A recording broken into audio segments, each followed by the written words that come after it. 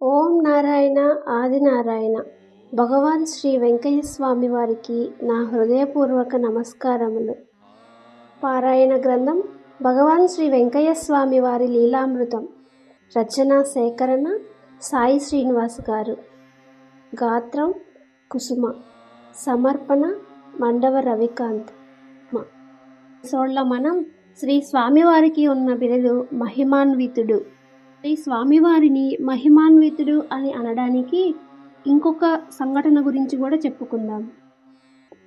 1944లో జరిగిన సంఘటన. 1944లో పప్పు జానకమ్మ పెద్ద కుమారుడు వెంకట సుబ్బారెడ్డి 7వ తరగతి ఉత్తీర్ణత చెంది మునసబు ఉద్యోగానికి పరీక్ష రాయాలని ప్రయత్నించగా అందుకు వాళ్ళ తండ్రి నిరాకరించాడు.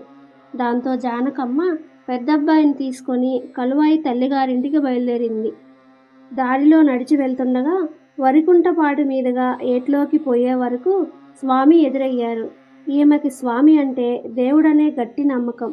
స్వామి ఆమె ఏమీ చెప్పకముందే ఆమెను చూస్తూనే, అమ్మా, నీవు పిల్లాడిని కలవాయి తీసుకుపోతే పరీక్ష రాయించడానికి రామిరెడ్డి, ప్రసాదరెడ్డి నువ్వు మాట చెబితే ఎంతో గౌరవంగా పిల్లాడిని నెల్లూరు తీసుకుపోయి పరీక్ష రాయిస్తారు, ఉద్యోగం తప్పక వస్తుందని చెప్పారు. స్వామి అలా చెప్పేసరికి జానకమ్మ మనసు కుదుటపడింది. తరువాత కలువాయి వెళ్ళేసరికి రామిరెడ్డి ఎంతో ఆప్యాయంగా ఆమెను ఆదరించి ప్రసాదరెడ్డిని పిలిపించి జానకమ్మ కొడుకు వెంకట సుబ్బారెడ్డిని నెల్లూరు తీసుకువెళ్ళి పరీక్ష రాయించి తీసుకువచ్చాడు. ఆ తర్వాత కొన్ని రోజులకు ఉద్యోగం వచ్చింది. అప్పుడు జానకమ్మ ఎంతో ఆనందించి స్వామిని దేవునిగా భావించిన ఆ భక్తురాలి మనసులో ఉన్న కోరికను ఆ విధంగా నెరవేర్చిన తీరు ఆమెకు మరింత నమ్మకాన్ని పెంచింది. నిజానికి ఆమె స్వామి వద్దకు వెళ్ళాలని అనుకుంది, బాధ చెప్పాలని అనుకుంది. కానీ స్వామివారే కనిపించి ఆమెకు అనుగ్రహం ప్రసాదించారు. విశ్వాసం ఉంటే భక్తులకు ఆ స్వామి అనుగ్రహం వెంటనే ఉంటుంది అని చెప్పటానికి ఇంతకంటే వేరే ఇంకేమీ అక్కర్లేదు.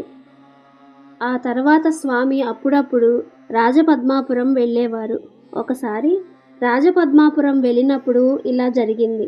పెంచలనేని గోవిందయ్య తన ముఖ్య స్నేహితుడైన ఏటీఎం జంబులింగం మొగులియార్ అనే అత్యంత ధనవంతుడు తమిళనాడులో ఒక పెద్ద ట్రాన్స్పోర్ట్ ఓనర్ గారు ఇల్లు కట్టించి ఎప్పుడూ ఏదో ఒక సమస్యలతో బాధపడుతూ ఉంటే, మీ ఊరికి స్వామి వచ్చినప్పుడు మా ఇంటికి తీసుకురావాలి అని అడిగితే స్వామి తన స్నేహితుని ఇంటికి తీసుకువెళ్ళాడు గోవిందయ్య.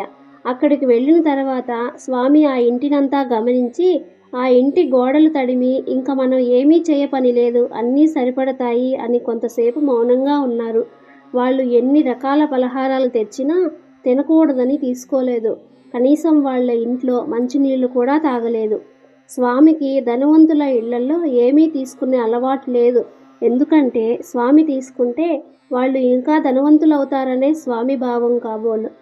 స్వామి పేద ప్రజలను ఉద్ధరించడానికి అవతరించిన మహనీయుడు కాబట్టి ఆయన ఎప్పుడూ పేదలకు సహాయపడుతూ వాళ్ళందరికీ అన్ని విధాలా చేయూతనిచ్చి సిరి సంపదలు కలిగించారు.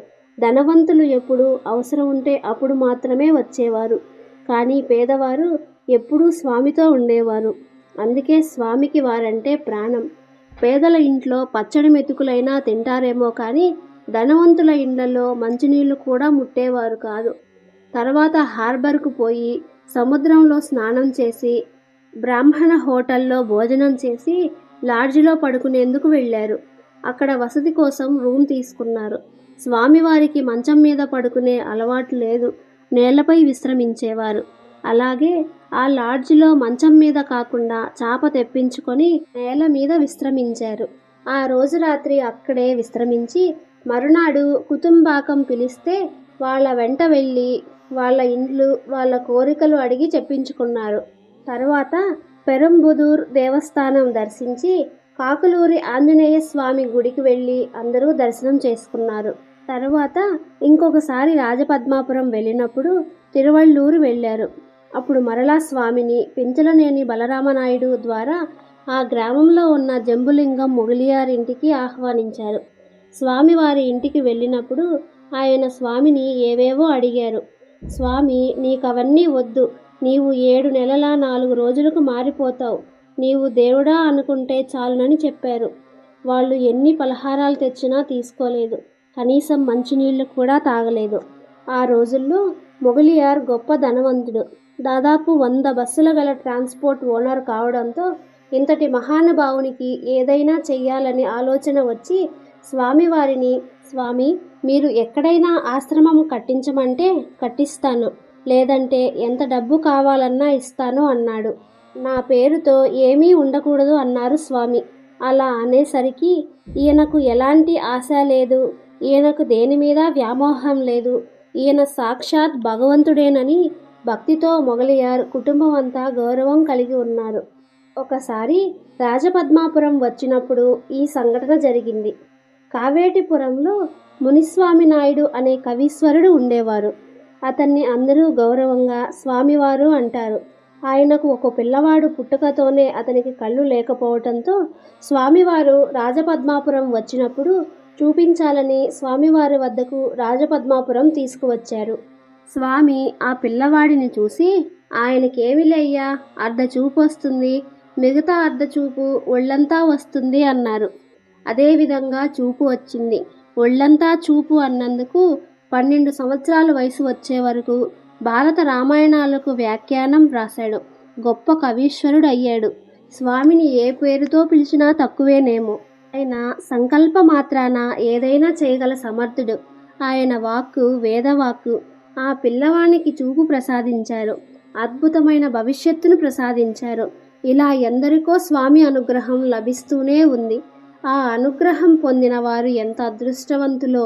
అందులో మనం ఉన్నామని గుర్తించుకొని వ్యవహరిస్తే స్వామి కటాక్షం మనకు తప్పకుండా లభిస్తుంది. గేడులో పురోహితుడు రామయ్య, లక్ష్మయ్య అనే ఇద్దరున్నారు. వారిద్దరూ గొప్ప జ్యోతిష్యులు. ఒకరోజు స్వామివారు రాజపద్మాపురంలో ఉన్నారని తెలిసి స్వామి దగ్గరకు వెళ్ళారు. స్వామి సర్వజ్ఞులు కాబట్టి వారికి తెలియంది ఏముంటుంది. ముందు అతని జరుగుబాటు గురించి అడిగితే చెప్పి తర్వాత సంతానం గురించి 4 ఆడ సంతానాలు, 1 మగ సంతానం అని చెప్పారు. అది విన్న రామయ్య, లేదు స్వామి, ఆడపిల్లలే అని చెప్పారు. స్వామి, ఏందయ్యా చెబితే వినవు, మగబిడ్డ కలిగి ఉంటే అని గట్టిగా అన్నారు. రామయ్య అతని సొంత జోష్యం మీద ఎంతో నమ్మకం. దాంతో స్వామితో వాదన పెట్టుకున్నాడు. కానీ స్వామి మగపిల్లాడు పుట్టాడు అని చెప్పి చీటీ వ్రాయించి ఇవ్వడంతో చీటీ తీసుకొని ఇంటికి పోయేసరికి మగబిడ్డ కలిగి ఉన్నాడు. రామయ్య ఆశ్చర్యపోయాడు.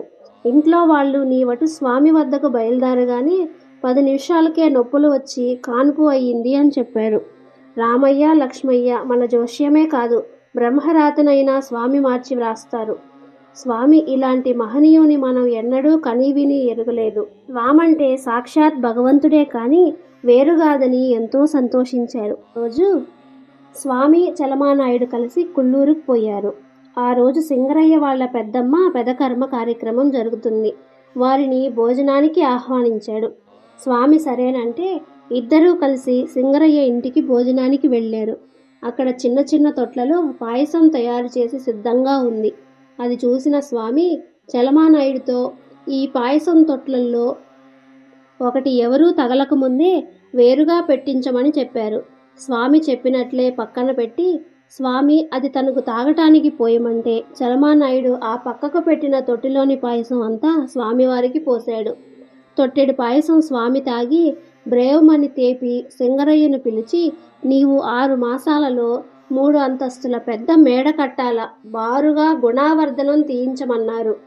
సింగరయ్య అప్పటికి ఒక చిన్న ఇంటి నిర్మాణం చేయాలని తలపెట్టి బేస్మెంట్ దాకా వచ్చి ఆర్థిక స్తోమత లేక నిలిచిపోయింది. దాంతో స్వామితో, స్వామి ఈ పని చేయలేక ఆగిపోయాను, నన్ను ఎగతాళి చేస్తున్నారు స్వామి అన్నాడు. లేదయ్యా, నీవు తప్పక పెద్ద మేడ కట్టిస్తావని ఆ చోటులో రాయి మీద రాయి 3 రాళ్లు పెట్టి అయిపోయింది అని 3 సార్లు అని లేచి వెళ్ళారు. ఆ తర్వాత నెల రోజులకు ఒక సంఘటన జరిగింది. మామూలుగా సింగరయ్యది ముత్యాల పూసల వ్యాపారం. తను ఎప్పటిలాగే ముత్యాలు పూసలు కొని పార్సిల్ చేసి తను అమ్మే చోటుకు పంపించాడు. అక్కడ ఆయన వెళ్ళి తన పేరు మీద ఉన్న పార్సిల్ అడిగి తీసుకొని అమ్మే చోటుకు వెళ్ళి విప్పి చూసే వరకు అందులో ఖరీదైన జాతి రాళ్ళు, వజ్రాలు ఉన్నాయి. ఆశ్చర్యపోయాడు. అది స్వామి ప్రసాదంగా భావించి అవి అమ్మి ఆ వచ్చిన డబ్బుతో 3 అంతస్తుల భవనం కట్టించాడు. అప్పట్లో నెల్లూరు జిల్లాలోనే అటువంటి మేడ ఎవరూ కట్టించలేదు. అలాంటి మేడ సింగరయ్య కట్టించగలిగాడు అంటే స్వామివారి ఇంటికి వచ్చి అతనికిచ్చిన ఆరగింపు అంటే పాయసం స్వీకరించి అతని కర్మను తీసివేసి ఇతని భక్తికి మెచ్చి అతనికి అంత సంపదను ఇచ్చారన్నమాట. భక్తుల విశ్వాసములను బట్టి భగవంతుని అనుగ్రహం ఉంటుంది. ఆ రోజుల్లో స్వామివారు భిక్ష తీసుకున్నవారు ఎంతటి అదృష్టవంతులో. ఈ విధంగా ఎందరినో స్వామి భాగ్యవంతులను చేశారు. స్వామివారి పాదం మోపితే చాలు వాళ్ళ స్థితిగతులు మారిపోతాయి. ఈ విషయాలు గమనించి ప్రజలు శ్రీ స్వామివారిని వేనోళ్లా కొనియాడారు. ఓం నారాయణ ఆదినారాయణ. ఈరోజు ఎపిసోడ్ ఇంతటితో పూర్తయింది. తర్వాయి భాగంలో మనం మహిమాన్వితుడు అన్న శ్రీ స్వామివారి బిరుదుకే ఇంకొక సంఘటన గురించి తెలుసుకుందాం. ఈ సంఘటన అనంతసాగరం మండలం చిలకలమర్రి గ్రామం నంది మండలం దేవునిరాజు కుమారుడు వెంకటరాజు గారి అనుభవం గురించి తెలుసుకుందాం. ఓం నారాయణ ఆదినారాయణ. భగవాన్ శ్రీ వెంకయ్య స్వామి వారికి నా హృదయపూర్వక నమస్కారములు. సర్వే జన సుఖినో భవంతు.